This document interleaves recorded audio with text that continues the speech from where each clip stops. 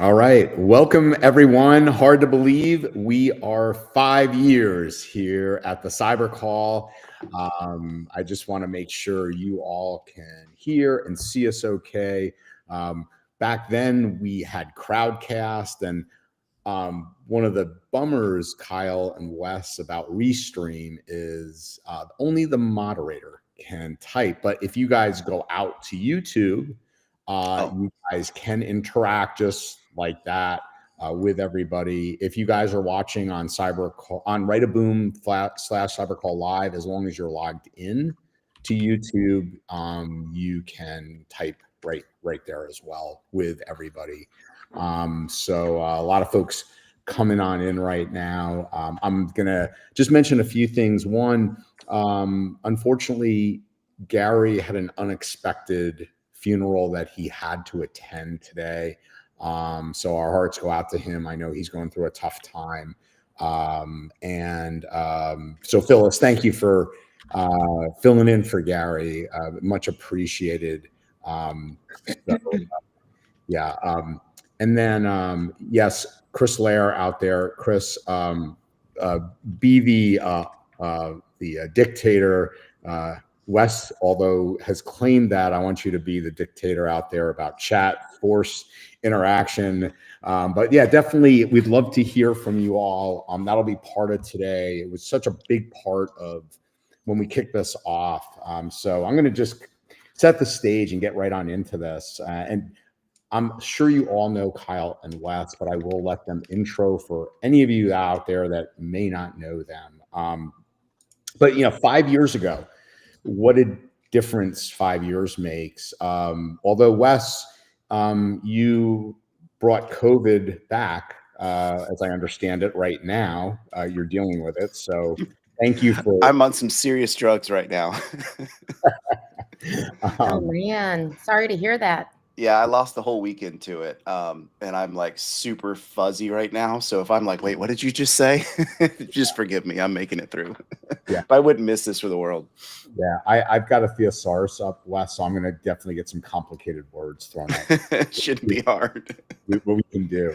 But yeah, so 5 years ago, life was very different, very uncertain times. And I remember it like it was yesterday because both Kyle, you guys were great, the Huntress team, and Wes with the Perch team, where I got together with both of you and said, hey, for the past 2.5 months or so, obviously conferences have been shut down, peer groups have been shut down. No one's traveling. Everybody's been working their asses off trying to get all their customers in remote type situations. Well, what would you think about bringing both companies together and we would do an event, and we called it the CyberCon. And remember those days? Yeah, you guys were both great. And I'm like, hey, I'll get both teams together. We'll put this 5-day event on. And we had a capture the flag. And lo and behold, there were 1,700 plus people that attended the event. And at the end of the event, it was kind of like this, almost like this, well, what do we do now? And I quickly said, well, what if we kept this going every week? We met once a week and just got everybody together. And I pitched the idea to Wes and Kyle and Gary. We'll talk about this as one for the first questions. Crazily enough, they said yes. And here we are. So we're going to be talking about past, present, and future over the past 5 years. We're going to be talking a lot about cyber, automation, AI. So before we kick it off with the first question, Kyle, welcome back. Thanks for joining. And again, I don't think there's a person out there that doesn't know you, but if you would, and just share a little bit about your background, maybe even just like what you were doing prior to. I love your background and what you were doing for the country, but talk a little about your service to the country and how you started Huntress. Yeah. Cyber warfare operator by trade. I think I got my hands dirty on early, I guess it started IRC, then probably AOL 2.0, writing punters and proggies, joined the service, started hacking for good, gathering intelligence, moved into exploit development, implant development, and then realized I could use those skills to kind of help raised the bar line for like those that couldn't, for instance, hire, at the time, Fortune 100 product, let alone Fortune 100 talent. So super thankful, obviously, this community. I know someone made the joke earlier in chat about, hey, what are MSPs, or hey, who's this Kyle guy? But to be very frank, when I first got introduced to the MSP community, I didn't know. And it was a lot of you all who were very polite me and sometimes very directly schooled me in private. So obviously thankful now. Huntress, I think, has something like 7,000 of you all as partners working hand in hand with you all to kind of keep raising this bar. So even 5 years for me is a little bit of, I won't quite get like emotional, but it's kind of choked me up a little bit, Andrew. When I saw some of your notes that you said you wanted to cover in this thing, I thought, oh my gosh, how far have we come, kind of as an entire community in 5 years. Yeah. It's pretty cool. Thanks for coming back. Wes, yourself. Hey, man, it's really awesome to be here. Like, it's been a long time, and it doesn't feel like 5 years until you, like, to Kyle's point, you go back and look and you're like, wow, a lot has happened in 5 years. And yeah, so I come out of banking, did a number of other things before that, not nearly as cool as Kyle's story. And we started a company called Perch years ago and built that for a number of years. And that's really where Andrew, like, everything. I remember in the early days, you coming into our office, we called it the Single Wide at the time in Tampa. I'm like, who's this Andrew guy? And he's from some company called ConnectWise. I've seen their building when I drive by occasionally. I don't know what they do. And then to think, we didn't even know what an MSP was. I could barely spell it. And then fast forward to today, that was over 5 years ago. What is that? Like maybe 6-7 years ago. But just 2016. Wow. So we're coming up on a decade together. I mean, that's hard to believe. Yeah. So I'm just glad to be here. So this day and age, I'm co-founder and CEO of a company called Empath, helping MSPs truly build towards better with a measurable way to do that with accountability baked in. I know that doesn't mean a lot, but I'm not here to talk about Empath. I'm really just excited to be here. And this really is an amazing time. And I think it's important for us to take periods of time when we take a step back and we celebrate progress made, because that really is an impactful way for us to say we have done some good. And there's more to grow into, but it's important to take some of that time away and celebrate the good that's been accomplished among all of us. Yeah, well said. And Phyllis, I think everybody knows you, but Kyle said something that, when I first met John Strand, met you and many others, it's like, what are these MSPs? Like kind of what Kyle was saying. And it was I think kind of similar because, where you come from and NSA, it's similar to Kyle and working with large enterprise. So thanks for spending part of a good 3+ years here on the CyberCall. So for those that may not know you, welcome, Phyllis. Yeah, I mean, it's been awesome. Yeah, so Phyllis Lee, I've worked at the NSA for 25 years. And then came over to Center for Internet Security, CIS, been here. Excuse me, allergies and asthma still bothering me for about 6-7 years. And, Tony Sager first introduced me to Andrew Morgan and the MSP community. Like Wes and Kyle, I could barely spell MSP. We largely, when I was at the NSA, we worked with DoD and the IC. And then at CIS, a lot of our work was really with large enterprises and SLTTs. Yep. And then, when I got introduced to Andrew in this community, it made 100% sense that we would get involved with this community.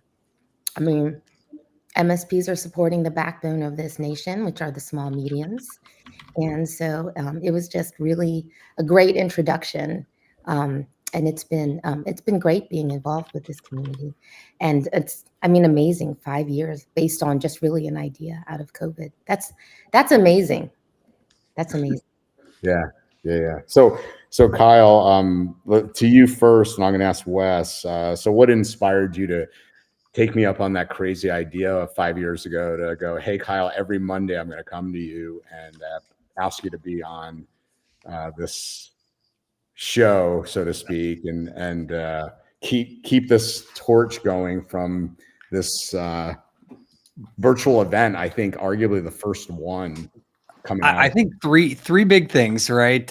We were doing that virtual CyberCon. Somebody told me I look like either a homeless or Post Malone with some of my crazy long hair and patchy facial hair. And so I realized I probably needed some more friends to pull me out of that weird funk that was 2020. Two, let's be real. Like there was a time not too long ago where that word like rise or that phrase rising tides, raises all ships was said from a place where there was a lot of ships that were arguably sinking. So there was a little bit of that guilt of like, what am I looking to do to be able to help make maybe a better difference? And then last but not least, one, it was just kind of fun. Like I wanted something that I could interact, like the fact that we're able to live here. And while we're also talking, I can live chat on like, YouTube at the same time. I was so tired of the death by PowerPoint and the fact that you could actually have interaction. It was the perfect recipe for me. So that's a long way of saying self, healing / soothing, good community involvement, and one just like it was the right place and right time. Cool. How about for you, Wes? I'd love to know in chat, did anyone attend VCyberCon? If you did, say I was there, because that was a long time ago. And I remember this. Kyle, do you remember? I think it was RSA was the very first conference that shut down for COVID. And they made that huge announcement. And they said, this is just too risky for us. We're going to literally shut the thing down. And I remember thinking, oh, no, that's the first domino that's going to fall. And in my perch days, everything we did was conference. It was what we call inbound, coming from conferences. We didn't have any other way to grow our company. And so I remember when that happened, I thought, if everyone else shuts down, I don't know how we survive. So I remember that being a scary time. I remember that being like, we don't know the ramifications of this, the stay-at-home order. We're not used to this. No one's ever done this before. I'm at a company that's by no means too big to fail. And it was a scary time. It was a hard time. All of a sudden my kids now are at home, and like everything shifted, like literally everything shifted. And for MSPs, you remember this, all your clients are like, can we please just get things to work from home? And we don't know how to do it. And we're buying computers from Walmart and, all that kind of stuff. And that was crazy. And so Kyle, you made a really cool point too. The thing I thought was so cool about VCyberCon is it taught me you really can do this in a virtual world. I don't know if you remember, you're the first one to do a snap camera and you're changing your face. And I mean, it was just fun. And that was the beginning of when people would be mortified if your kid walked in 2019 onto like a Zoom call or whatever. And now like I can bring my kid in right now and I'm like, oh, hey, it's nice to see you. It's normal. And so it really did. There were so many changes that brought into our world a new normalcy. And I think both sides of that fence are now starting to normalize. We're getting used to being back in person again. We're good at that. But there's still a lot of carryover from that good and bad that came from it. So I'm going to hit mute while I try to cough here. Wes, it's so funny, though, you mentioned about RSA shutting down and someone mentioned in there about PerchyCon. You remember we just got PerchyCon off literally because it was right at the end of January. And then things just started shutting down. And I was like, we were just like, whew, because, we had a lot of commitment to the Marriott there in Tampa. And it was like, yeah. Aaron's like, should we do this? And like, yeah, let's do it. And so, anyway, too funny. So Kyle, you said yes, we launched this, and I'm curious, when you look at the MSP cybersecurity landscape, what do you feel has changed most? Over this period of time? I think we always gave a shit, to be very frank. I don't think that ever, even when it was a lot less technical, I think one the biggest places that has changed is folks realized very quick that if you look at the business of cybercrime, it was probably growing faster than the business of managed services. And I think for maybe, even though no one said it out loud, it seemed like for once, especially in that 2020 time period, that maybe we just took it a little bit more serious on how we were going to force, in some places, security down people's throats. But to be very frank, it was never a forced conversation. It was we were going to have a real business conversation that I'm your trusted advisor. I'm going to recommend you do this. And if you don't, I'm willing to have a conversation where you need to sign transfer of liability, or I'm willing to give up your revenue. That didn't happen before 2020, or when it did, it was small pockets. And to be very frank, to me, that was the time where cybersecurity and business acumen started to be merged. I really think we were way overdue by 2020. I think it could have even happened in 2018. And I don't know. I don't know if it was going remote, if it was just the right place, right time, but it seemed like that inflection point happened. So I think that's probably the biggest change that's happened in 5 years is business and tech are often discussed hand in hand instead of tech being something cool that just comes along with business. Yeah. Yeah, you don't want to say digital transformation to get the the checkbox there. Are we playing bingo? Is that what's happening? So what, like, I guess looking at it differently, what almost seems like unrecognizable to you, Kyle, today when you look back, at the landscape and like, wow, I just Even though I'm a diehard techie, if you can't convince people with dollars to follow you, you're not really something that people take serious. And if you get back to that, look at the amount of investment that's been made into this community, whether it's private equity consolidating MSPs, whether it's new tech vendors, right? Which that's always good for competition, creating more tech vendors to be able to hold each other accountable. The fact that there's been real checks, hundreds of millions of dollars poured into securing this segment of the industry, to me, that is night and day different. That is fundamentally no longer the same world anymore. And I think we as a community really help make that change.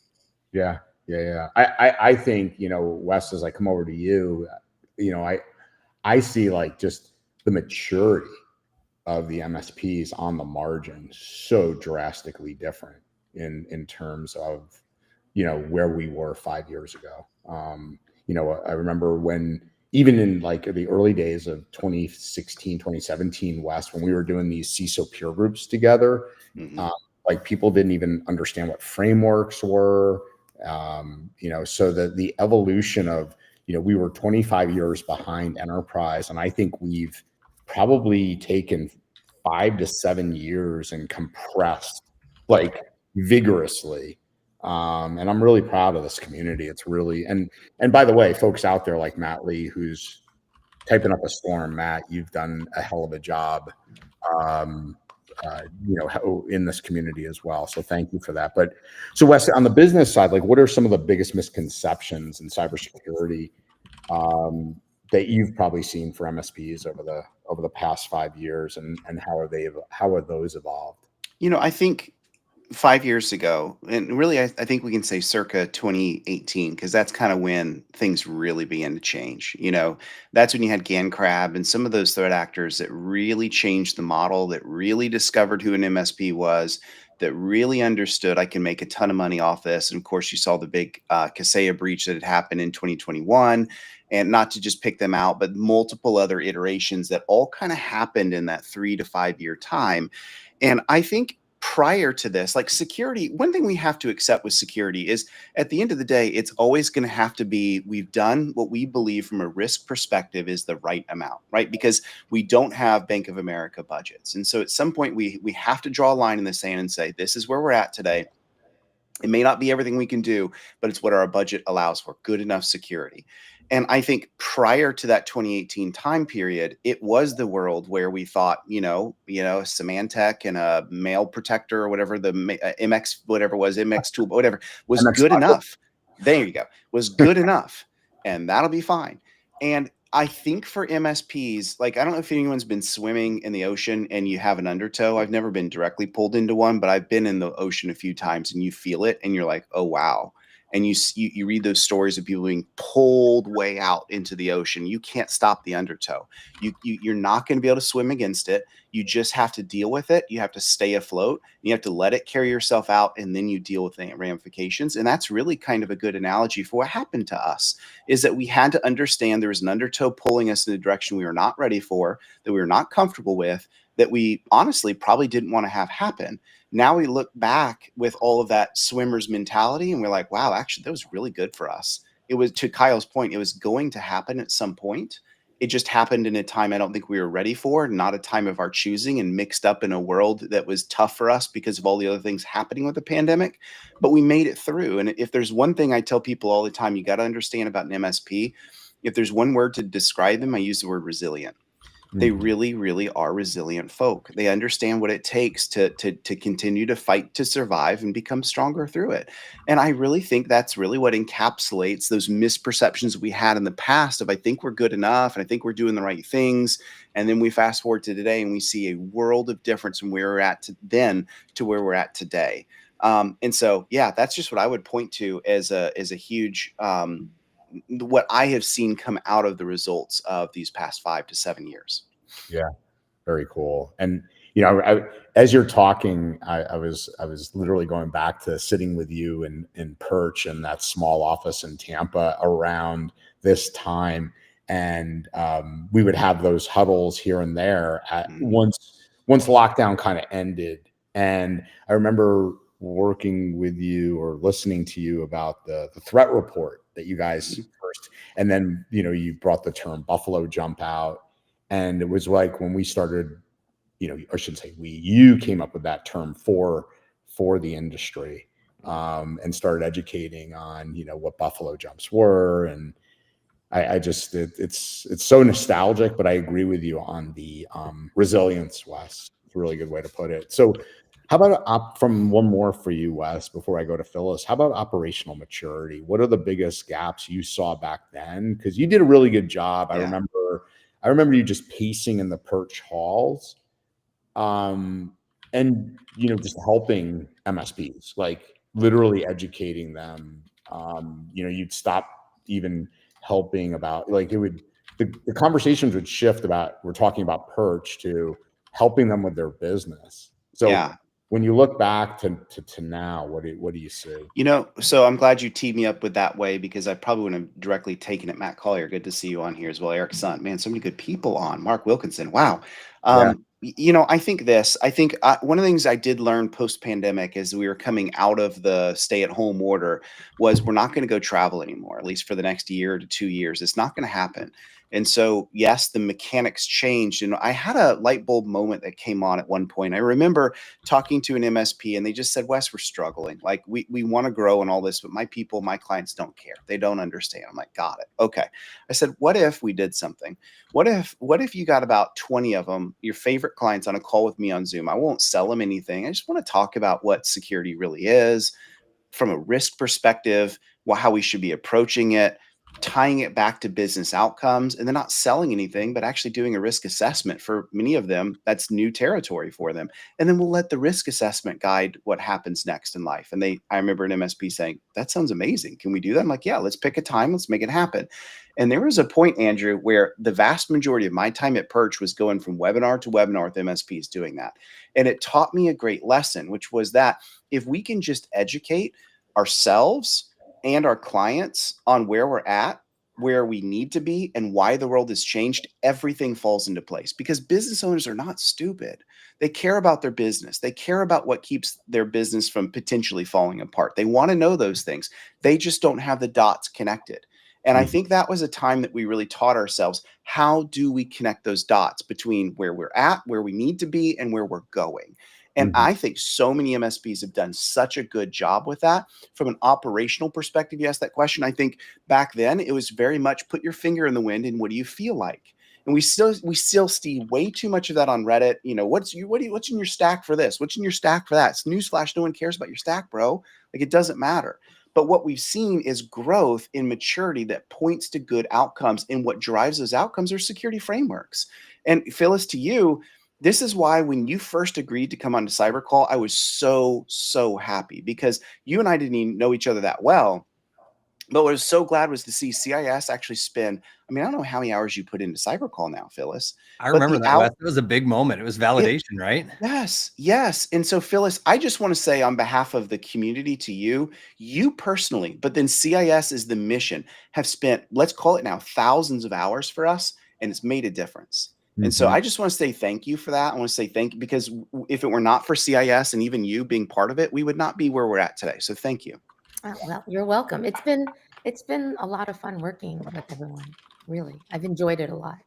Yeah. Yeah. It's been absolutely awesome. So, Phyllis, for you, when you look back, what are the biggest mistakes you saw MSPs, yeah, around cybersecurity? Yeah, advice, sure. because when you probably looked at it very, I don't know, I'm just, thinking about it from a very pragmatic but control perspective. What did you see?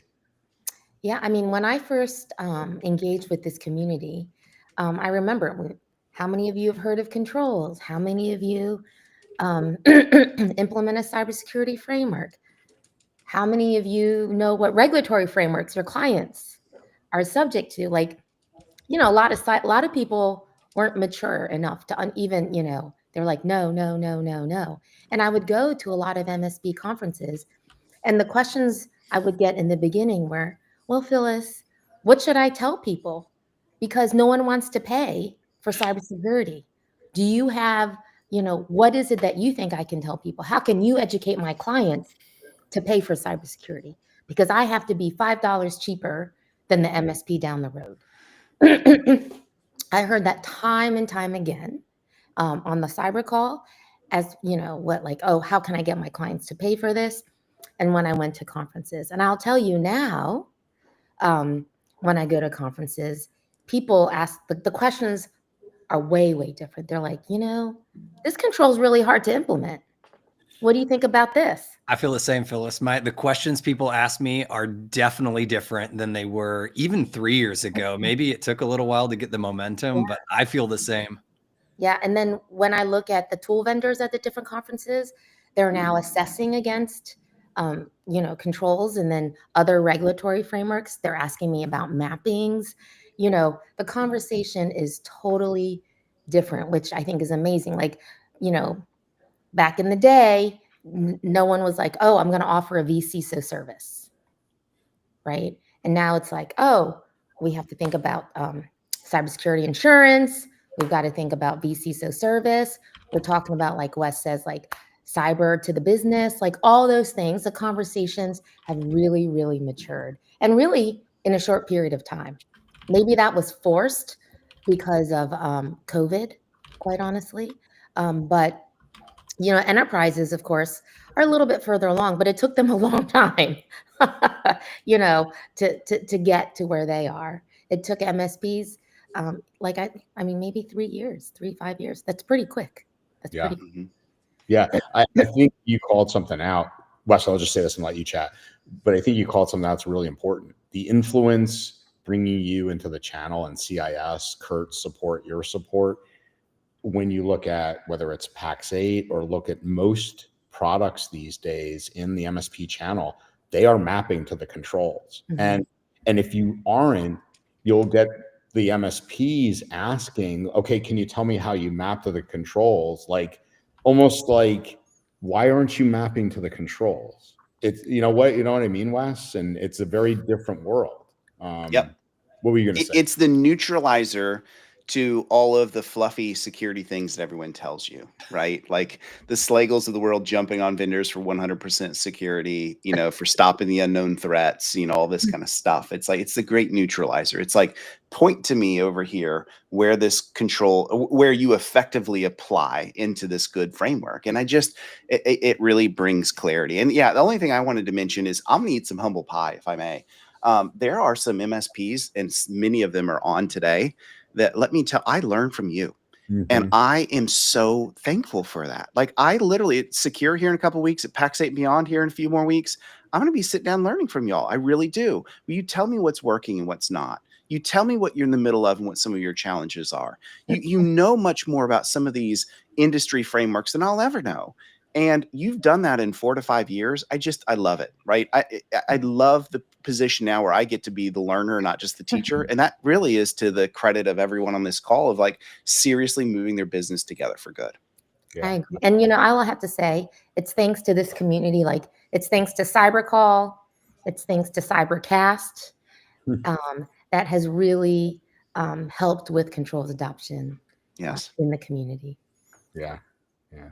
So Phyllis, one more to you, and then I'll let you ask Kyle and Wes some questions. But what do you think, this was going to be for Gary, but I'd still like your thoughts on it about peers working together. How do you think the collaboration of peers, you've seen it, whether you've been to a lot of conferences now, Mhm.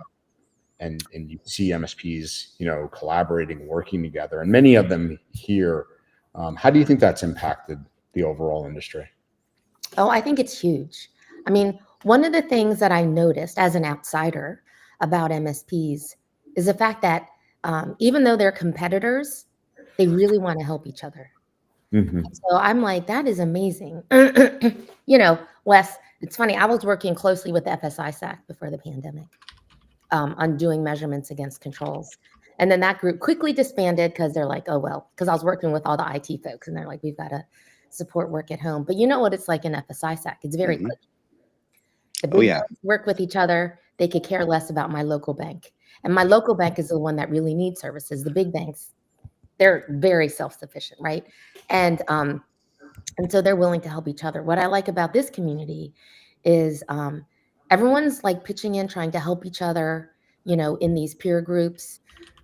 You've got some of the larger MSSPs trying to help the smaller ones. And I think it's really helped further cybersecurity in the community. This idea that you have conferences, you're learning from your peers, and people like Eric, I've given several talks with him. He's out there saying, hey, this is how I pulled my MSP out of an attack. This is how I helped my friend who recently got attacked, who worked for that big scrapbooking company, right? And so it really is that community of, hey, Wes, can you help me? And Wes is happy to help. Hey, you know what I mean? And really has furthered the community along, people sharing. Nothing is more impactful, quite honestly, than someone who you do feel like is walking in your shoes, willing to share their story, willing to help people versus large enterprises who don't want anything to get out because they don't want shareholders, the SEC, they don't want anyone to know their dirty laundry. But here in this community, it's like, okay, let's help each other out. And I think it's amazing. Kyle, do you think is Huntress is getting closer and closer, I would imagine, to IPO? Do you think that's part of it, is maintaining the shareholder value causes the big companies to be so sterile in their approach to and their lack of empathy towards their fellow compatriots and even their clients and prospects? I think cyber is just so freaking different. If you have to build new products, and if you look at a lot of look at even our industry in MSP land, when companies stop being able to innovate, build new products, and had to start moving to acquiring new products, I don't think anybody actually intended to get there. You just get big enough where you forget what makes you different. And this is the one world, like IT already pushed you to move, but cybersecurity is ruthless if you cannot innovate with R&D. And I think that's where some folks have got too wrapped around the axle. The companies who are really making a difference. The reason CrowdStrike is $100 billion public company is they build all their own technology. And I actually think in many places for companies like us, or even companies who've already gone IPO, those who lost their way are having to find their way back to becoming true research and development shops, because just playing the acquisition game du jour, kind of loosely tying them together with, APIs and hoping that the end result is uniform, like, it's not working very well in the public world. We've seen some pretty big failures of companies do these acquisitions. And look at BlackBerry, right? That's a company who was innovative as heck and a private equity company, and is largely not the same company anymore because they lost their footing. So you can't tell on my end. The one biggest fear I have is like starting out becoming a product-led company and you get big and you start focusing on these new financial KPIs. I will tell you, the moment you lose that, it's probably the moment that you can prepare for, like, I would say, becoming a second-rate company. Doesn't mean you're going to fail, but probably means you've lost focus on delivering value to your end customer. So sorry for the hogwallish answer there, but that's my way of saying I've seen this happening. And even for ourselves, we're kind of asking ourselves the question of, when we do go public, are we actually ready? Because I'm, no offense, not racing to report to the SEC to become terrible. It's well said. Yeah, absolutely. BlackBerry is a great analogy, and obviously peeled in there, or shouldn't say, or fitted in there, as we know, is Cylance, which got spun out. But and isn't it an interesting one there, Kyle, that I'd love you to riff on just for a second as we look back at 2016, because I'll never forget when I was heading up cybersecurity strategy at ConnectWise, I spoke to them, and they were very much interested in our space. And I talked to them about where they would need to have their product, how it would need to, about multi-tenancy and about working with the channel. And they had such a lead, Kyle. I mean, CrowdStrike and SentinelOne weren't even in the radar. They had, so it's just about like, when you look at that, like what lessons, do you see as you lead a company like yours? Where did they go wrong? If there's any motivation fuel, Andrew, I could give would be the first trade show we ever did was IT Nation, and Cylance's booth was directly next to us, and they had just raised $100 million. Yeah, they are now, and I mean, did they get acquired? Arctic Wolf maybe acquired the corpse of that technology, something like that. It just goes to show what's 100 million probably today, Kyle, if you had to guess in 2016. Oh, I would guess at least 160, 180. It's definitely inflated. Like, meaning if people put 100 million today, the equivalent that someone would give you today is probably just north of 150. Yeah. And then think about this, their valuation, I think when Arctic Wolf bought them is like, it was 160 million. Just think about that. Just think about You're that. getting a little ruthless, but I mean, that actually goes to show you, if you lose focus on why you're in business. And I actually think that there was some of that. Stuart McClure, the CEO there, had McAfee skills. He had been around, the team that later became CrowdStrike. Yet I just think that many people forget even some of the channel behaviors. Look at some of the recent changes in some of the Microsoft CSP program. And I think this is stuff that, like, if we forget where we came from, and same thing for everybody in this audience, just pivot instead of vendors, talk about yourself. Let your other competitors around you forget where they came from. If you don't lose this, like, there is always opportunity. And for us, like, I'll tell you, I was scared out of my mind at that IT Nation show. November of 2016 really gave me fear. Now it's crazy 10 years later, and I kind of laugh at that technology.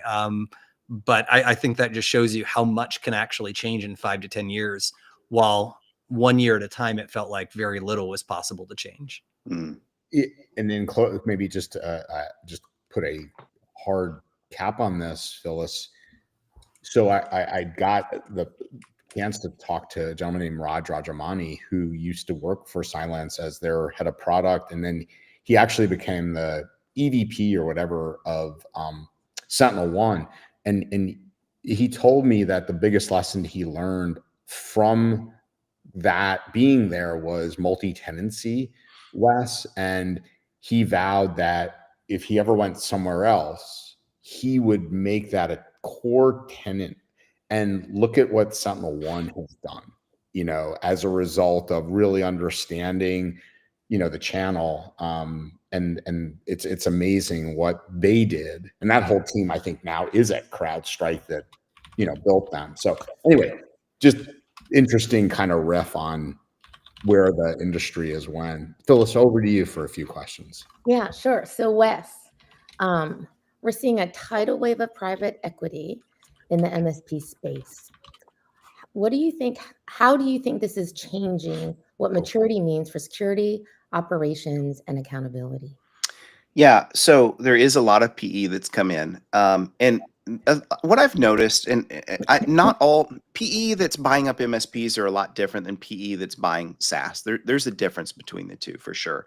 And one of the things I've noticed is they all have a different pitch, right? The different motive, but it doesn't surprise me. You've hit this age where you have a lot of MSP owners that are aging out and have been building their MSP for 10 to 20 years. And, they've taken it to an upper bound of what they feel like they can grow to. And they just kind of hit this inflection point where they're like, I don't know what it takes to get my MSP to the next level.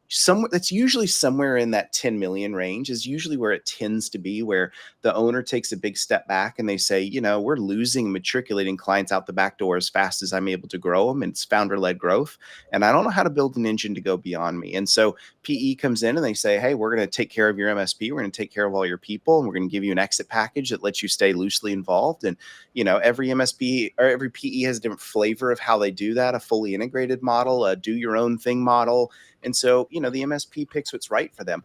I don't think there's anything wrong with that. Like that is a thing that happens in every industry. And to steal from the guy that started Netscape Navigator, I don't remember his name. But we talk about this often. He said years ago, there's only two ways to make money. We bundle and then we unbundle. And so there's very much right now going on a ton of money coming into this market that's gobbling up MSPs, and that's somewhere between 5 to 10 million in revenue, somewhere in that, I don't know, 2 to 3 million EBITDA, whatever the numbers are. And that's fine. We're not going to stop it. I don't think it's bad for the industry. I think what we see is large MSP. We're starting to see 10 years from now, I think even we'll say what we saw as large today was, not large. I think we're going to see that, but none of that precludes anybody from starting an MSP tomorrow. I know a guy, I won't say his name, that started an MSP just about 6 months ago, and he's already at 500K in revenue. I mean, just overnight. Why?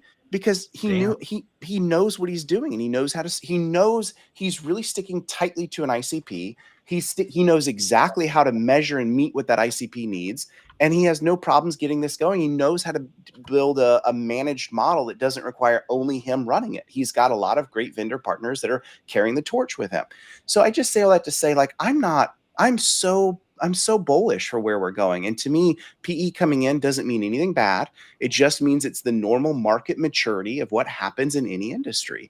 And so I think it's good. I am shocked to see how much of it's come in the past, 3 years. I think it's more than I thought would be, but I don't think there's anything wrong with it.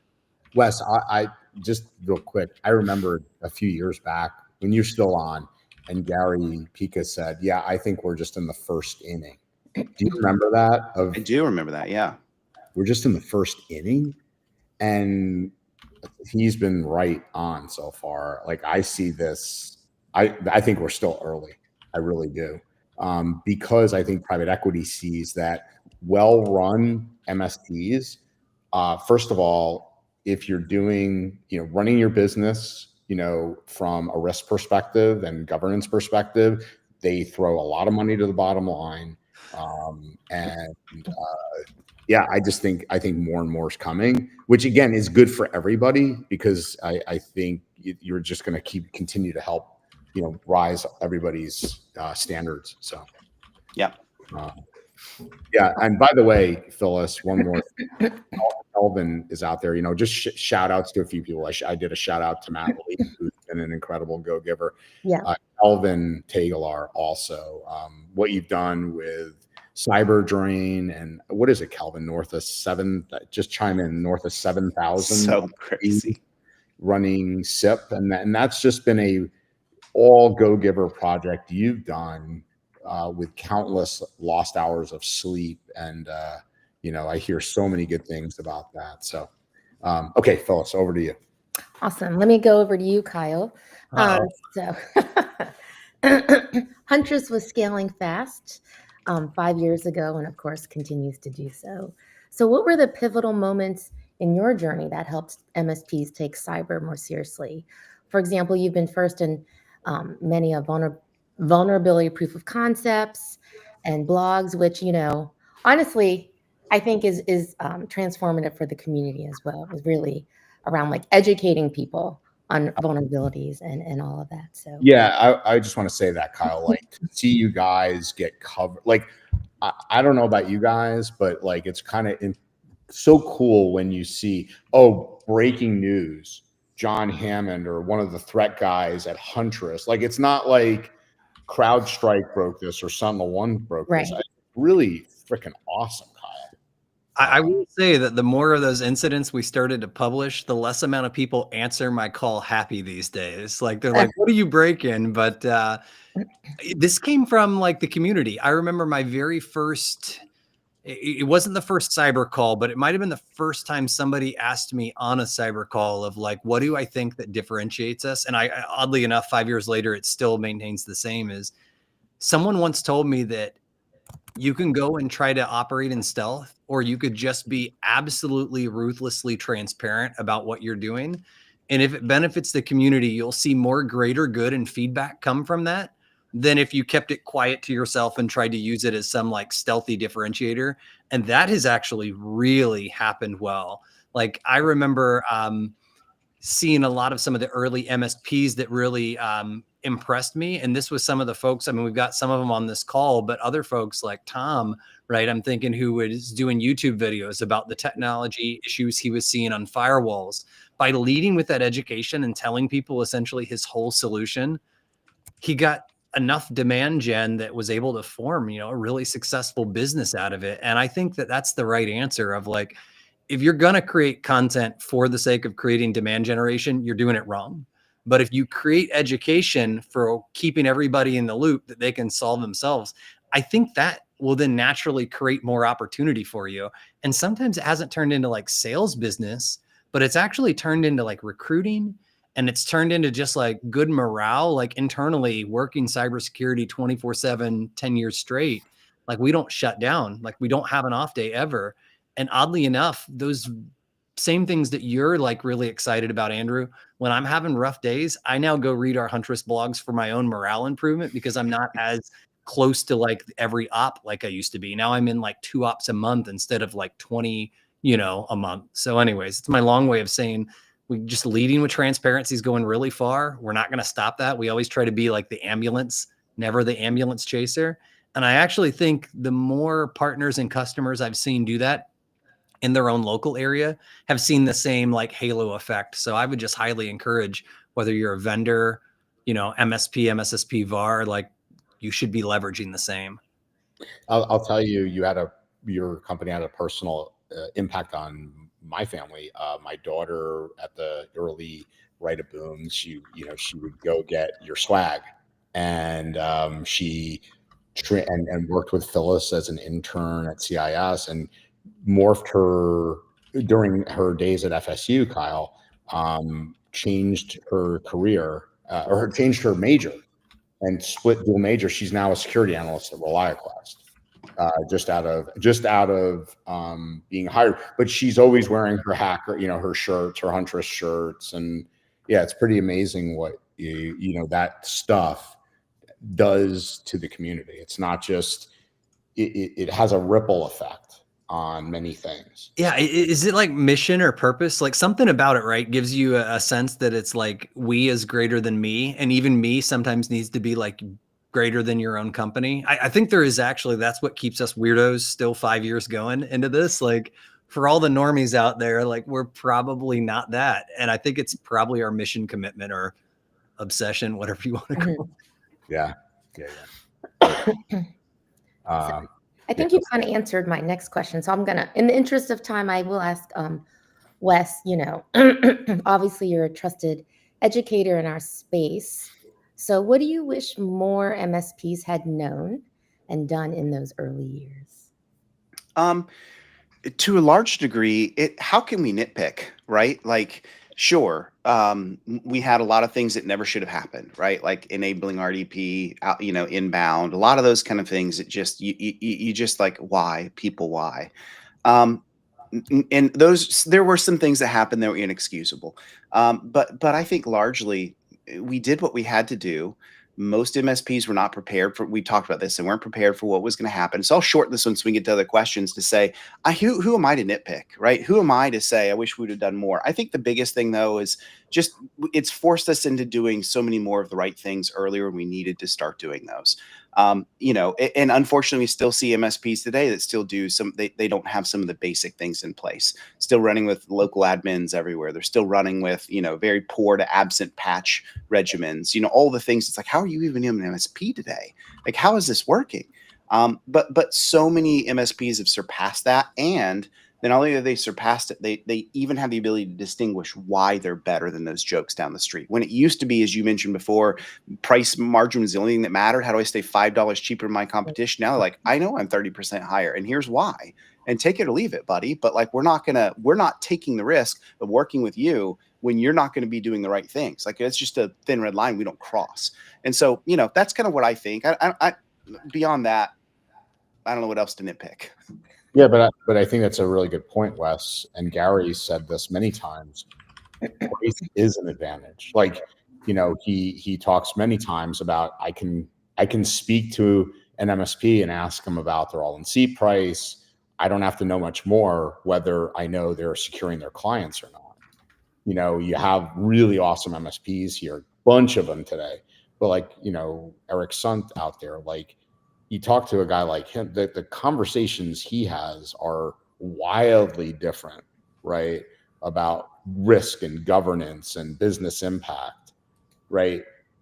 So when you look at companies that are doing those things and are charging 3 and more hundred a seat, there's a reason for that. It's a competitive advantage. It's not about being cheaper anymore. In fact, being cheaper is a disadvantage as I see it. Yeah. You know, so. So Wes, what are you seeing right now when it comes to the skills gap in cyber? And are we doing enough to close? What's Here's a Empath question. going to do to help us? No, but this is what a great question. Okay, so let's recognize this. While many of us that are on this call today have gotten, like, I see the names, I know who you are, I know what you've done, I know what you've built. Does that mean that everyone in your MSP is doing the same? Think about how many new people have come into the MSP universe in the past 5 years that have no idea the differences, that are coming in from scratch, that have maybe no knowledge of any of this. We see this happen on the reg, right? Because MSPs largely, you're not hiring from Huntress. You're not hiring from Microsoft or the NSA. So if you're hiring someone that yesterday had the green apron on at Starbucks, or you're hiring someone that came from the Ford dealership, these are MSPs I've talked to recently. That's where my recent hire came from, which is where they come from. We have to recognize that while our MSP may have upped the game, not everybody in our MSP is moving in the same direction, in the same velocity, is up to speed and is at the same level of productive, right? And that's going to be a pervasive problem. That's not something we fix. As long as your price model is we're hiring people with 0 to new, that's always going to be a challenge. So you operate more like a fast food restaurant in the sense that when I'm bringing people in, every time I have a new cohort of people that are coming in, they're not coming with inbuilt skills. And in fact, I don't want them to. I want to teach them our way. And so let me give you a simple example. I was talking to an MSP the other day, and they use one of those, I won't say which one, but a SaaS monitoring tool. And it alerted the MSP that there was an outbound email filtering rule set up. It wasn't Huntress, Kyle. And the technician picked it up and they're like, well, I can be productive. He's like a few weeks into the job. He's like, I got this. And so he goes, not knowing what it is. He looks at the ticket. He's like, okay, I guess I should go and make sure it's set up correctly. And so he goes to the Microsoft tenant and he can confirm emails successfully going out to, Putin at Russia.ru, goes back to eating his hoagie at lunch, and life is good. And then 2 days later, they get chewed out. And why do they get chewed out? They get chewed out because everything happened normally. The technicians just didn't know. So that skills gap is essential. And we have to have ways that we can accomplish and solve for that. And yes, MSPs understand this, and they recognize the onus is on them and only on them to go solve that problem. Because as we continue to have more and more regulation come in and more things that we have to be able to answer to, our bench needs to be able to get from 0 to productive quickly, right? And so this is a huge thing that I think MSPs are spending a ton of time working towards. Awesome. Over to you, Andrew. Yeah, absolutely. Really good point, Wes. And somebody I'll do, we're doing shout outs, John Strand, right, with anti-siphon training. I'm just going to throw in the URL. So you talk about skills gaps and things like, this is a guy that was arguably one of SAN's greatest instructors who at the pandemic decided he had it on the fact that people can't spend $10,000 on training and spend 5 days out of their office. And he did something about it, and he built the pay what you can training. And I think he estimates now probably north of 3,000 to 4,000 MSPs have taken one or more of their courses, Wes. So in terms of true hands-on, changing how MSPs adopt, I think it's been a really cool thing. So, Wes, how about MSPs, struggling to translate security, meaning, into real business value? What are you seeing here? How should they approach this? Again, we certainly are seeing some MSPs just literally just pulling away, that really have delved into understanding business impact assessment, risk assessment, really truly like looking at things like CISO from EC Council. Like they're really, some of these guys are pulling away hard and fast. What are your thoughts in this area? Megan Killian had a really great post on this a few months ago on LinkedIn, and I want to share something that she said. She said, your clients don't buy security. They never have, they never will. Yep. They don't come to you and say, hey, how do I buy the best security from you? All they want to do is they want to come into a relationship with their MSP and say, hey, look, I just want to make sure that I'm operating really great. And at the end of the day, this IT stuff gets on my nerves. I just need somebody that can fix it and keep it away. Okay, so that's where they're coming from entering into the conversation. We have to learn how to say, okay, great, but there's some offshoots that come with this, right? And so while they're not buying security, they don't want to buy security, they don't think that they need it. What they do buy is two things. They buy business outcomes and they buy reduction of risk. That's what they have always, that they will buy into those things. And so to me, really what security is, how do we tie that in to doing the right things? Could you imagine a bank that doesn't have an alarm system? Of course not, right? Why would you ever do that? And so the same thing goes when you talk to clients, is recognize they're not here to buy my stack. They're not here to buy security that I offer them. What they're here to buy is my ability to convince them that when we start coming into a business transaction with them, we're going to understand their business. We're going to understand how they make money, to steal from Brian Blakely, since we're just throwing all the awesome names out. We're going to then be able to tie that into great business outcomes to say, hey, these crown jewels that you have in your network, these things that are mission critical for you, we understand them. We know how to build towards them. We know how to support them. And we know how to squash the risks that are going to come against them. And then when something bad happens, because I can't stop it, I also have the ability to help us respond and recover quickly to where we have a reduction in the bad things that could happen. That matters, right? And then we overlay things that even bring more assurance into the game, like cyber insurance, to say now that we have a common good, we can find someone else that's going to actually help us in that risk, and they're going to actually come in and we can transfer some of that risk to them. And so that's what clients want to buy. They want to buy that peace of mind and that assurance that comes with, we're doing the right things, and security is one of the things we bring into the conversation because we got to do it the right way. And so that's how we sell these things. Now, yes, there are some industries that are forced into this, for example, DoD and manufacturers, they just have to have it to have their prime contract, but most clients are not that way. So how we introduce security is not, I don't lead with this saying I got the best security. They're like, I don't know what that means. What we do is we say, I understand you and I understand what you need to accomplish, and I can bring to you a technology strategy that's going to match it and has all the other stuff on the back end that's going to make this thing work. That's something a client cares about and will buy into. And so I think we've done a great job in the past 5 years, most of us, understanding that that's how the conversation needs to happen. Wes, I was trying hard not to interrupt you there, but if the audience missed it, he threw down one of the words that I think is actually probably one of the biggest operational mistakes that MSPs make when scaling, which he threw out the word outcomes. And if I could give it to you in like one thing you could write down to it, on a napkin, would be, do not confuse output with outcomes. And it is one of the biggest things that I see a lot of folks. You mentioned, your sub sandwich hoagie example earlier, right? I don't care of all the ingredients that go into it. When the outcome is, I need to address that Andrew Morgan is hangry, right? He doesn't necessarily care. We know that phrase over and over. It doesn't, we don't want to know what goes into the sausage, but the amount of times I see partners miss, and when they're presenting against their competition, when they're going into pricing, they completely mistake that often they're selling all the different outputs that they do, or even high-fiving each other. Congrats, we got Copilot working. Congrats, we got this new technology in the stack.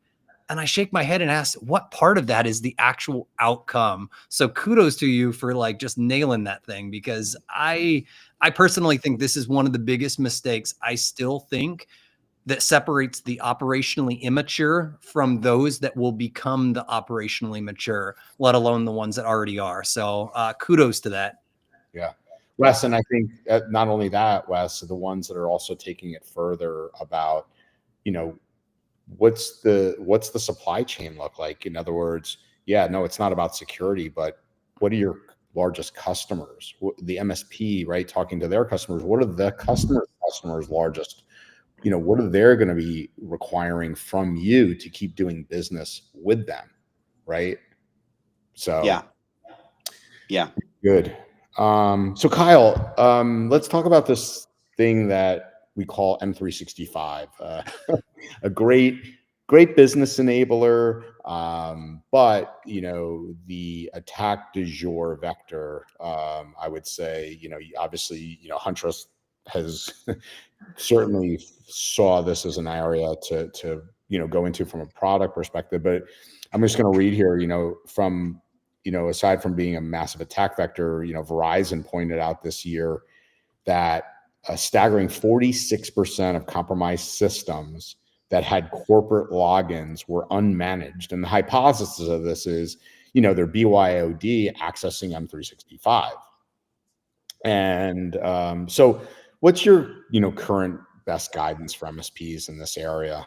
Well, first off, my hypothesis is CyberCall made the pivot from endpoint to M365. It wasn't COVID or any of those other digital transformation things. It was all of us saying, hey, you need to move off-prem during all those early episodes. And it literally had hackers having to swing from chandeliers from the endpoints all the way into the actual M365 environments. And I will agree, 110%. Threat actor tradecraft has ramped up so hot and heavy on whatever you use, Google Workspace. It could obviously be majority folks in here are going to be M365, but the point that I want to get at is it's not going away. Whether it's inbox rules, whether they're getting in and kind of maintaining access with forwarding, or more often than not, we're seeing a lot of malicious apps. The part that I would give for MSP's guidance is you are responsible at the end of the day for that environment. And there's a lot of people who would say, well, Microsoft didn't secure it well enough.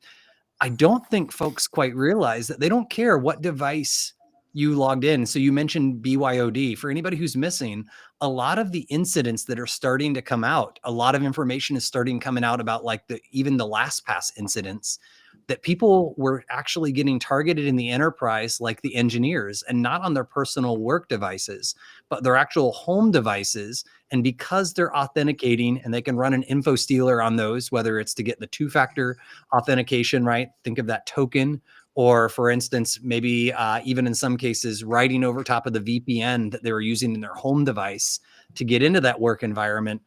I think the part that I would just double down is like, you have to understand saying, oh, I don't have an endpoint agent or an RMM on that device, so it's out of my scope. It's not gonna hold water when your end client asks you, but I'm here for my outcome, and my outcome is to be productive. I don't care about all the different things you weren't there. So I think, Andrew, like, you're bringing up a very timely topic, which is, unfortunately, we're only seeing tradecraft mature. So while we can declare victory a little bit and say, hey, this environment, right, a boom environment helped harden endpoints substantially, I think we do have to realize that we have encouraged threat actors to move to new, landscapes. And that will be, again, APIs, it'll be AI, it'll be M365. But if we don't take it more serious and understand, like, that is your environment, regardless of where they authenticate from, that just will start your whole thought process differently of, okay, now that I understand I'm accountable for this, how would I protect it differently? Yeah, we've so moved. I guess, Kyle, would you say the last 5 years it's really become much more about identity than it was about endpoint? Right?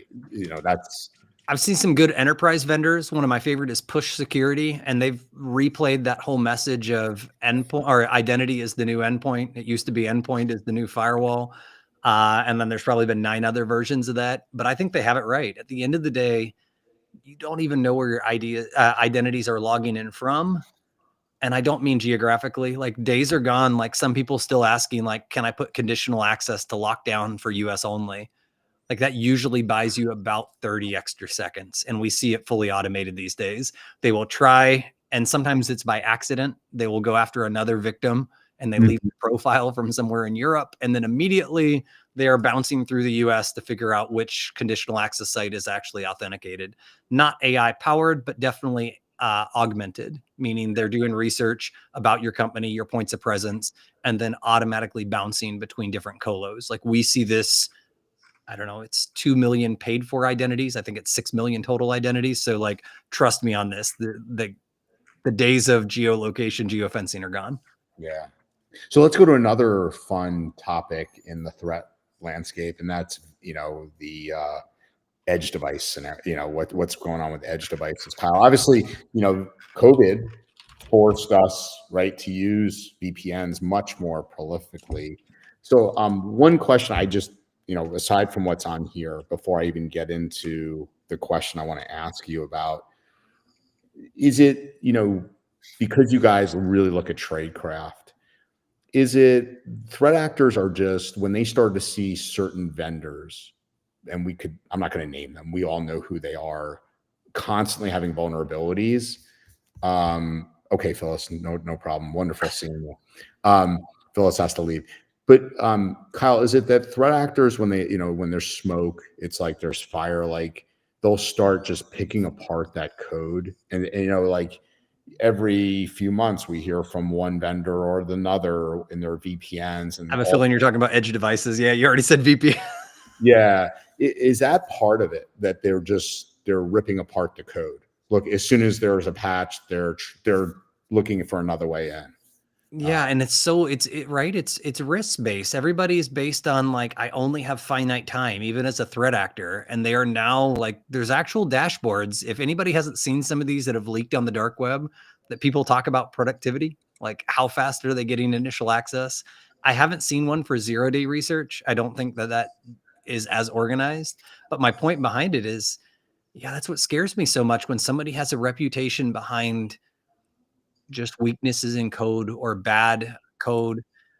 It often means there was an underinvestment in R&D, or an underinvestment in looking backwards at truly auditing code, meaning bringing in a quality team to do research. And so for me, Andrew, like, it's wild, but even like, we're a company right now that uses, we like Google Docs.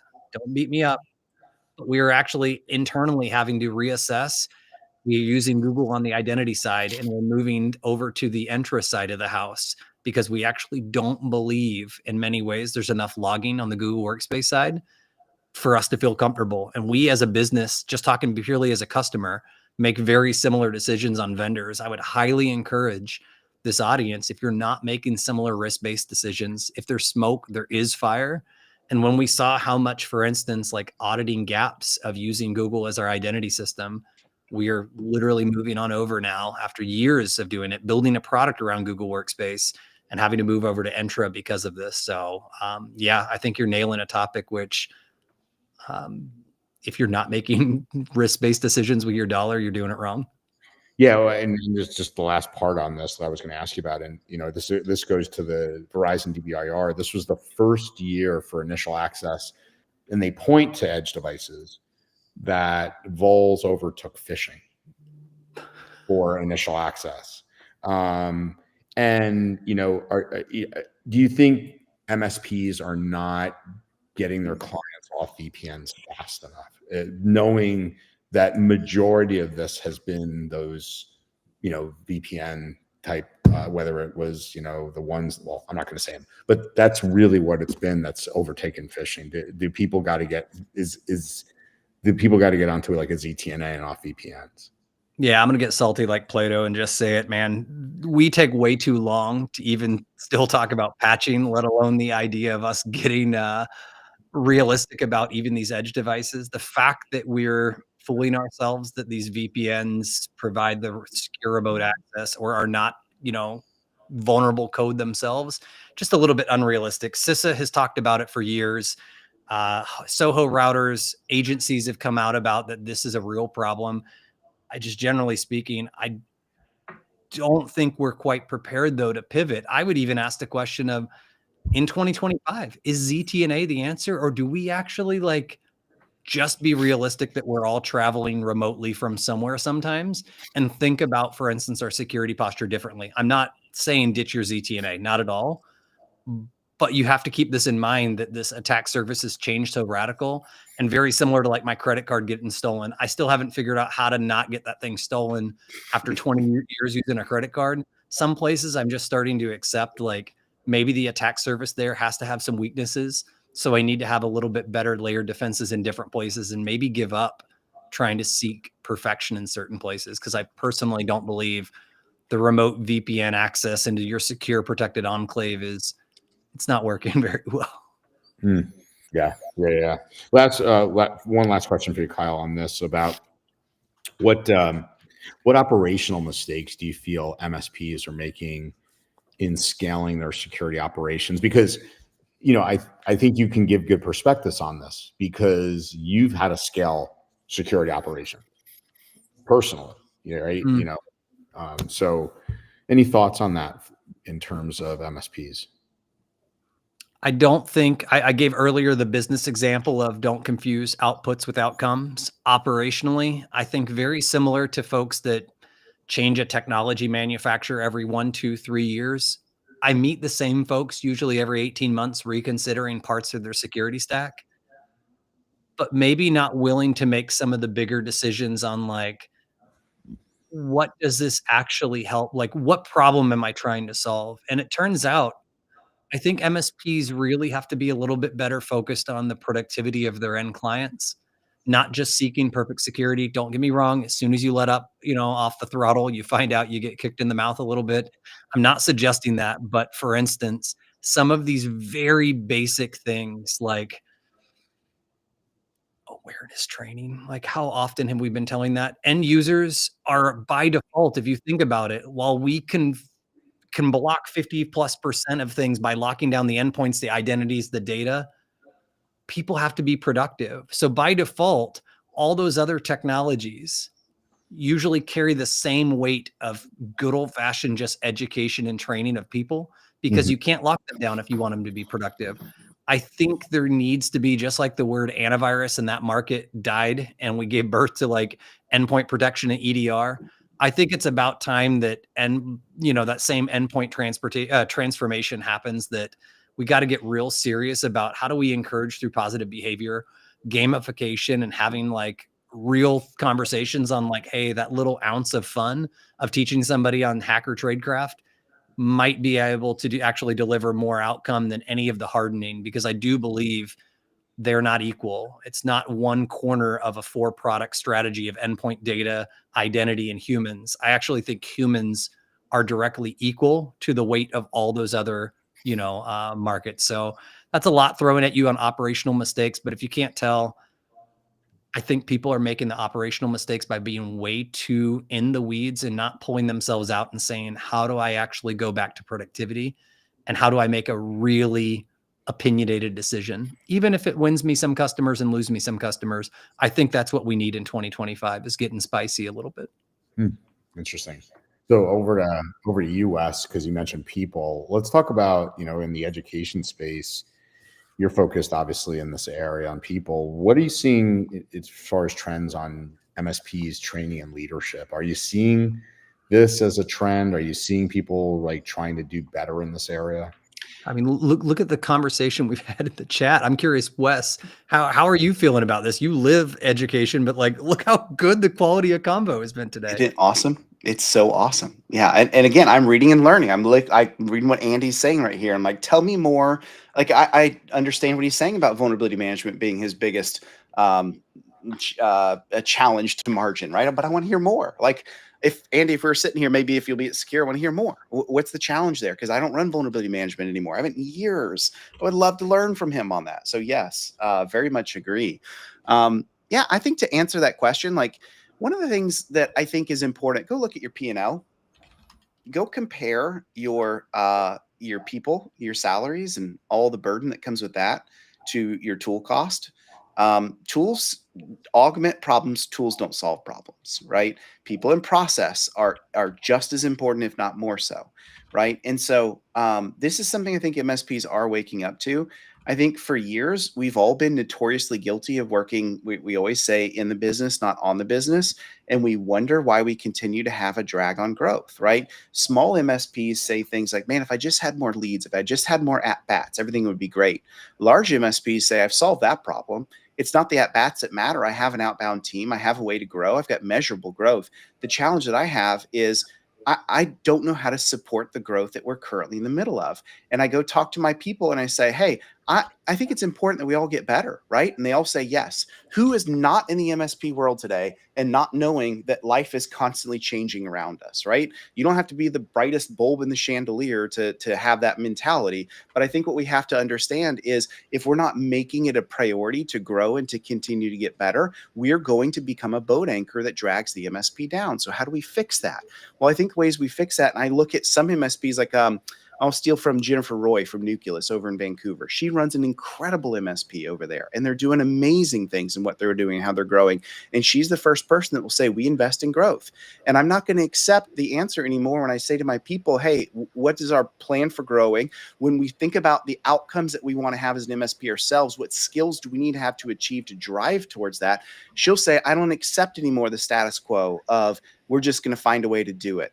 And you talk to so many young people that say, yeah, I want to get better, but you shoved me 16 tickets before lunch. What do you want me to do, buddy? Like, how am I supposed to get out of this endless sea of work that I have in front of me? So that's the challenge I think so many MSPs are in today, is that we know that we have to stay up. We know the world is changing underfoot like crazy. But in order to stay up, we have to have a process of what that looks like, of growth. We have to have accountability baked into it. Kyle talks about it as my co-founder is, he calls it like the leadership flywheel, this idea of saying, I know I'm going to get better, but I have to have a process to make sure that gets better, and then measurables to come back to that and say, how are we showing that that's actually occurring for everyone in our MSP? And if we don't have that in place, then let's admit we're just treading water, and treading water will work for so long until your people start to drown. And the signs that they're starting to drown, they say, I'm tired of this. I'm going somewhere else. I'm doing something new. And the MSP world is just a dumpster fire. And you see it on Reddit. How many times do you see MSPs that are struggling with this because it's just a dumpster fire from them? They never figured out how to get out of treading water. So yeah, this is a hot button topic for me, Andrew. But my point is, you see symptoms of the problem that are not being fixed when people cry out and complain, but you also see a lot of MSPs are doing a great job of this and have really, really structured their MSP for, I would say, unlimited growth. Yeah. A good riff. Thank you, Wes. Kyle, one for you, and then we're going to get into the last few questions on the future. But Kyle, as you guys, prioritize, or shouldn't say that, as you look at your platform, how do you guys start to prioritize what features you add and where you go as you look at, the MSP landscape? So I'll tell you right now, that dumpster fire conversation is something that I can relate to. And we've been asking ourselves, how do we contribute? I actually think vendors have had an absence of taking firm, opinionated decisions that might alienate people, Andrew. And one of these examples, I talked about learners earlier. Why aren't vendors playing a bigger role in ranking learners against other similar companies? And I don't mean individuals that you can call them out and burn them, but what better motivates you to learn that, hey, my team at this, I don't know, printing company, there's only 12 of us, but we actually rank in the top 10% of other printing companies of our size. That's a pretty cool way to motivate somebody. It also is a pretty good way that, again, you don't have to go shame, but when you're in the, the absence of that, hey, you don't have to say 90% of companies are better than you, but there are ways to say this. And so, for instance, I actually think part of all this investment in all these different cybersecurity companies, how neat would it be if we came up with some sort of closer to standard of hey, I'm only going to offer so many medals to somebody that says, because you fell within these standards of responding to an incident that I gave to you. Or for instance, you turned off automated response. So now you're going to have to do that. And if you don't respond fast enough, should I automatically take response on your behalf? Or should I rank you maybe as bronze this quarter? I think there is some real opinion here that vendors don't need to choose favorites. Not about that only 3 can be gold, but if a vendor chose a standard and said, we want to see this type of response, this type of security, etc. And although if you fall below that, you're probably not going to put on your website, I'm a bronze customer. But those that are platinum and those that are gold would be able to show off, well, I'm gold. Maybe you go ask that competitor how they're performing. I just think there is some opportunity here for trial and error that vendors could help more, both positive encourage behaviors and reward the people who meet top decile or top quartile examples. So that's, again, my long way of saying, I don't think that everything has to be spicy, but I think that we have to do, something to say, hey, certain boats are going to float or rise, but we also have to be realistic. Some boats might need to sink, and that's not popular. Yeah. Wow. So we couldn't, I don't think, have a conversation without talking about AI, Wes. So as this impacts the threat landscape, I'd like to ask you first and then Kyle.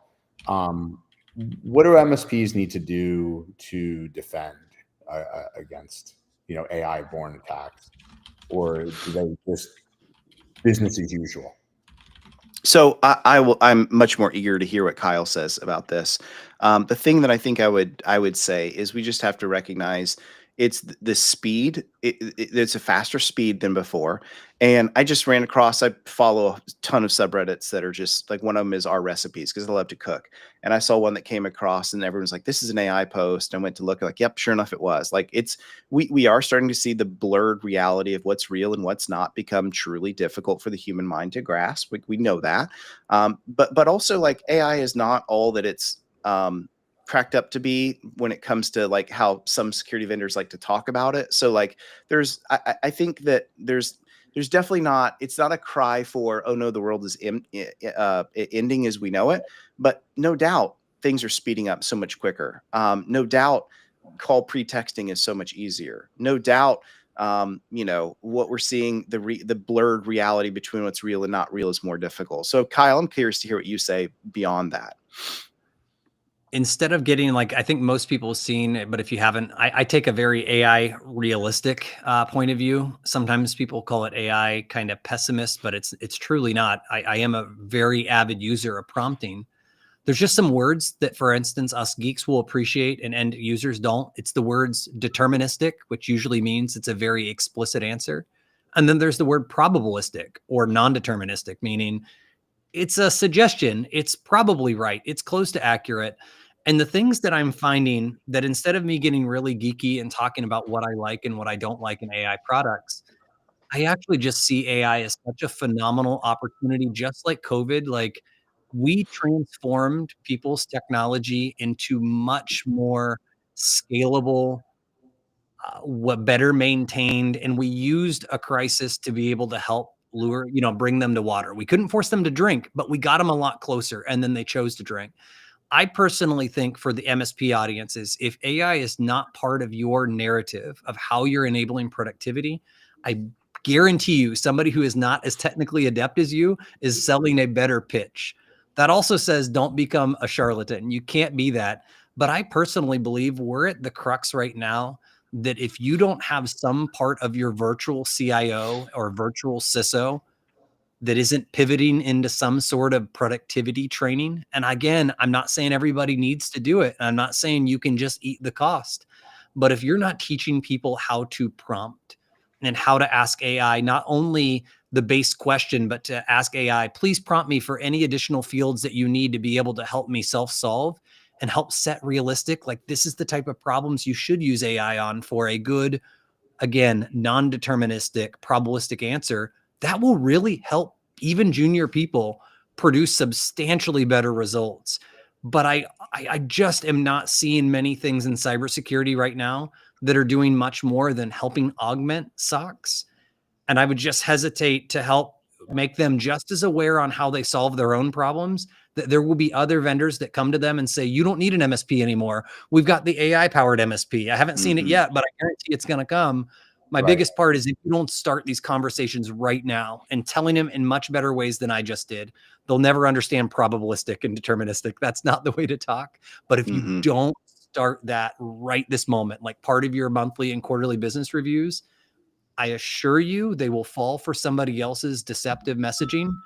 And that could be an AI powered MSP, or it could just be the MSP up the road that knows how to sell better than you. So that's my long way of saying, embrace the shit out of this stuff, test, post frequently, but don't fall for, and don't let your clients fall for kind of perfect, because we're nowhere close. Kyle, I want to just riff on what you just said, because it was really well done. So you you brought up Sunil in 2020.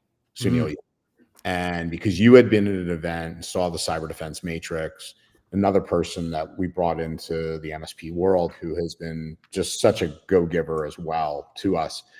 He's at, he co-founded a company now called Gnostic. He's going to come to Write a Boom this year to do a speech on a session on data governance and LLMs.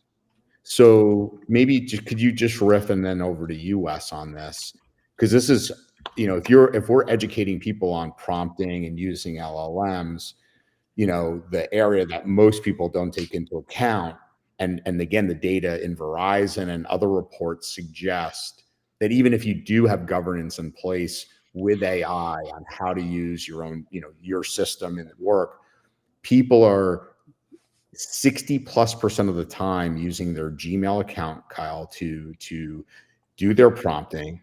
And the biggest offenders, by the way, right now, the two leading offenders, get this, are legal and HR in terms of the most used along with those. So what are your thoughts on that whole piece of, managing governance and data and privacy? Like, it's on one hand, we want to educate and get them productive. On another hand, they seem to be going, well, great, you're doing a good job on governance, but we're going to go around that because we want to be productive.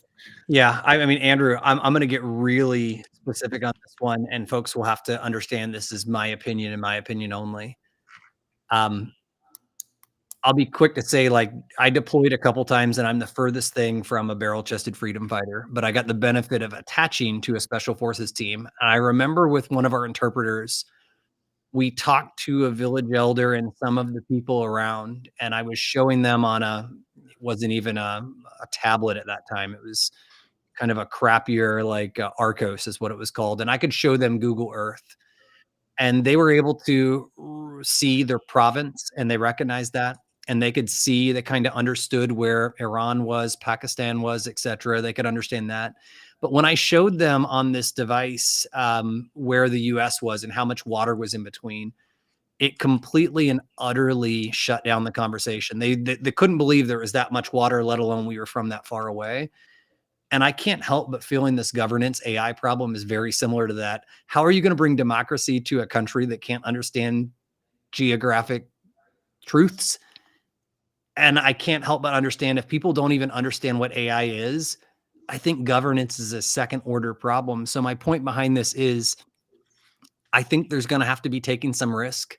And as much as I think what Gnostic is doing is going to be so well adopted in the enterprise, most end users still don't know that AI isn't just some like simple search engine, but it can actually have very complex, back and forth with LLMs. And until you get people to understand that the US is on the other side of the Atlantic, how in the world are you going to get them to appreciate democracy? The same thing goes for how are you going to get them to appreciate your data goes to this thing and will be used and could be used to train other stuff. Like, I just don't think one is possible without the other. So I know that's not a great answer. I want to say that technology like that's going to be super successful, but I'm just trying to think of like, how would you teach your 100-person CPA firm when they just aren't even aware that a lot of what they're doing when it comes to filling out US W-2s, et cetera, are actually doable with AI these days. And I don't even think they understand the basics, let alone what's there to govern. So it's just my long way of saying, man, I think we're a long way from that conversation. Interesting. Wes, any thoughts on, we can kind of maybe close off with that because I know we're right up here at the bottom of the hour, but yeah, I think, again, let me tie this back to your people care about business outcomes. And we all remember the day when ChatGPT first came out and all the amazing things it could do just by asking, right? And one of the things I think we really have to make sure we're careful about as MSPs is that we're not stepping on the toes of what our clients care about most, which is becoming productive and more effective at what they do. So if we are able to have a conversation with them to say, hey, look, we love it, we embrace it, it can do some amazing things you probably never dreamt of, but let's make sure we understand how you're operating and how your day-to-day looks like, we're going to struggle with getting them to even care. And the last thing we want to become as an MSP is the naysayer that gets in the way of something cool that they want to have done. That's where shadow IT comes from, is they find a better way to get something done quicker, faster, or cheaper than the way we can deliver it as an MSP. And so they sidestep us, and they will every single time.